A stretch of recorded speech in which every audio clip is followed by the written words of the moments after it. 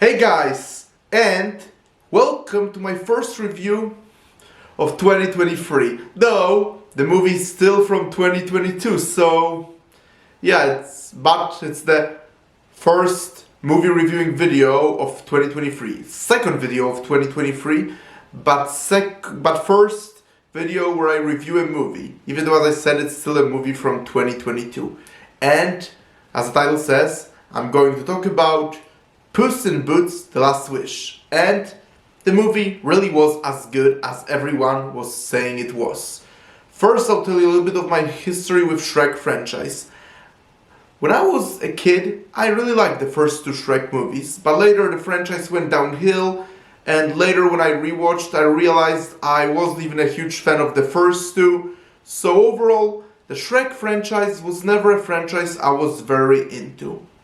Yeah, I thought Puss in Boots was the best part, he was my favorite character, but as I said, overall, Shrek is just not something I'm very much into. Yeah, I know it's popular, but personally, it's not something I really enjoyed that much.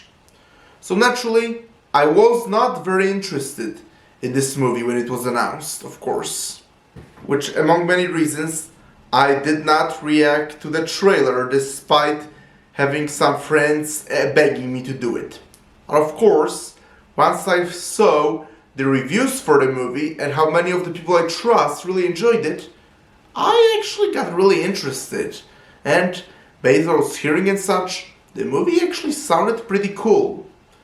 But then Christmas happened and I went to visit my sister in France, and then when I came back here, I got a little sick, so I wasn't able to see this movie. So I just seen the movie right now, actually. I just came back from a theater like an hour ago. Yeah, which is why it's such a late review, sadly. But as I already said in the beginning, the movie really was as good as everyone kept saying it was. And I had a really great time watching it. The first thing I will start is that the animation was great. I already see it was great in the trailers, but you can see it much more once you are actually watching the movie. It was basically the storybook drawings, and it was so amazing, and I really loved it. I also loved the story and themes of the movie, and the themes are, among other things, the story is Puss in Boots has lost 8 of his 9 lives because he enjoys being the legend and hailed as a hero. As a result, he got into so many dangerous adventures and lost 8 of his lives already. So he embarks on a journey to find the wishing star and wish his 8 lives back. But on a journey, he realizes what a selfish wish it is, and just so he can continue enjoying his selfish life, as a result of which he wasted 8 of his lives. So in the end, he realizes this, but I won't spoil the ending exactly, but I really love that theme. It's basically live in the moment and cherish your life while it lasts. Focus on your friends, on what you love, and focus on every moment in your life and not on your selfish ego. I really loved that theme. It was so well done. And I also loved the themes of family, friendship, trusting others. Yeah, I loved all those themes in this movie. I also love the return of Kitty Softpose from the first Puss in Boots movie. Yeah, back when I watched the first Puss in Boots, I barely remembered her as a character. I wasn't really interested in her. But here, she was great, and I loved the great character development they gave her too. And her relationship with Puss was just great, and they had such a great chemistry together. Yeah.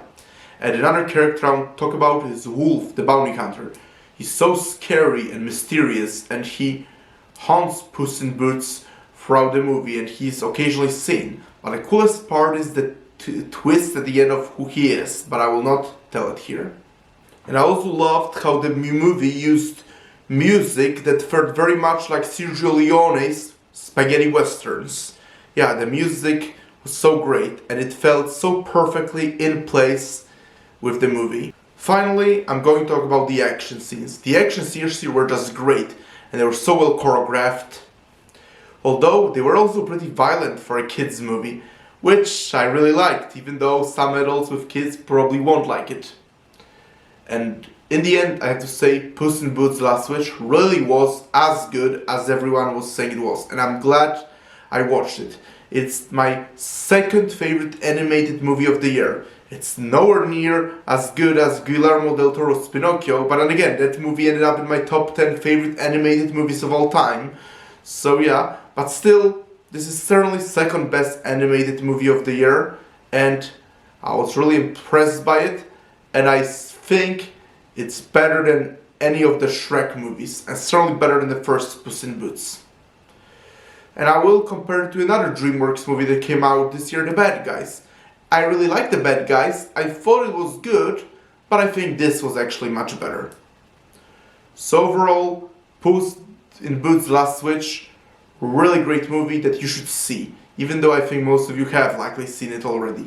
So, thank you guys for checking out this video, press the like button, please subscribe to this channel, and I will talk to you soon in another video. Talk to you later, bye!